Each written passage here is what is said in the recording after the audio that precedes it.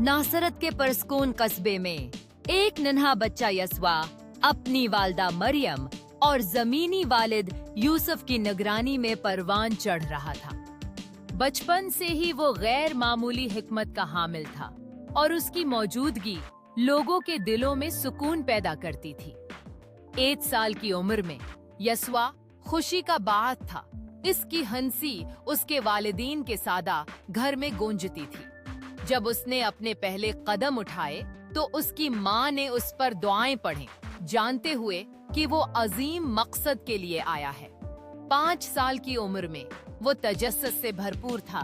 तौरात और अनबिया की तालीमात के बारे में गहरे सवालात पूछता था।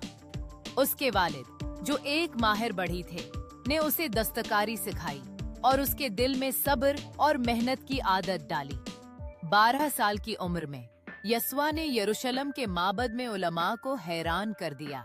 ईद फसह के दौरान उसने असातिज़ा के साथ गहरी गुफ्तगू की और अपनी उम्र से कहीं ज्यादा फहम व फिरासत का मुजाहिरा किया।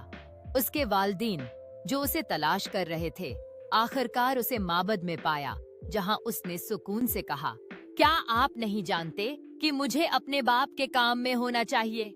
नौजवानी के सालों में यस्वा हुकमत और कद में बढ़ता रहा।